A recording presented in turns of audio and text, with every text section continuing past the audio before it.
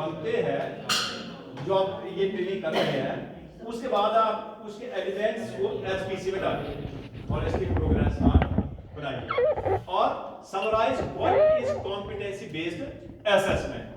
उसमें अगर आप सब्जेक्ट स्पेसिफिक करके आए हैं तो उसमें आपको कुछ एक्शन वर्ब्स दी गई हैं।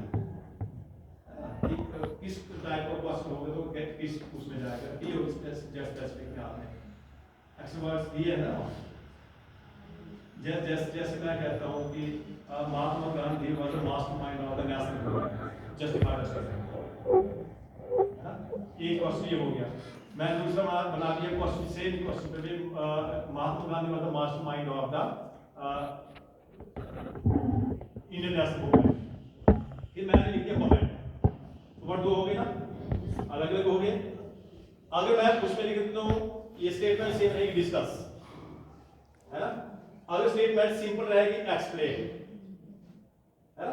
तो जब मैंने जस्टिफाई द स्टेटमेंट लिख दिया इट इज कॉम्पिटेंसी बेस्ड। अगर मैं लिख रहा हूं सिंपल एक्सप्लेन तो बच्चा कुछ भी लिख सकता है, एक्सप्लेनेशन कुछ भी लिख सकता है, उसमें जस्टिफिकेशन तो दी नहीं। तो it will not be competency based but it will be competent as normal question, knowledge based question, isn't it. तो वो आपको तय करना है कि कॉम्पिटेंसी बेस्ड असेसमेंट आपने कैसे करनी है। अब मान लीजिए आपने क्वेश्चन इवैल्यूएशन टाइम चेक करना शुरू किया। अब चेक करते करते हम एक तो जैसे मैं सोच सकता हूं ना तो ये 5, पर अगर मैंने क्वेश्चन पढ़ा है कि कॉम्पिटेंसी बेस्ड है तो मैं उसको ढूंढने की कोशिश करूंगा कि ये एक नॉलेज बेस्ड है, प्रैक्टिकल बेस्ड है, या वो कौन सी थ्योरी है उसके साथ है। वो 6 डोमेन्स बातें हैं, मैं भूल रहा हूँ। सब्जेक्ट स्पेसिफिक में आपको सबको करवाया है। डिजास्टर मैनेजमेंट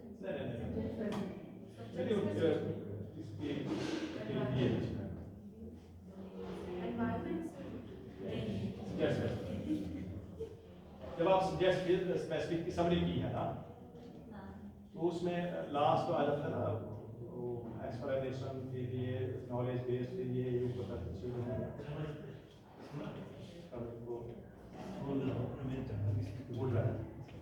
याद है। तो on the basis of it आप उस क्वेश्चन को इवैल्यूएट करेंगे कि क्या है।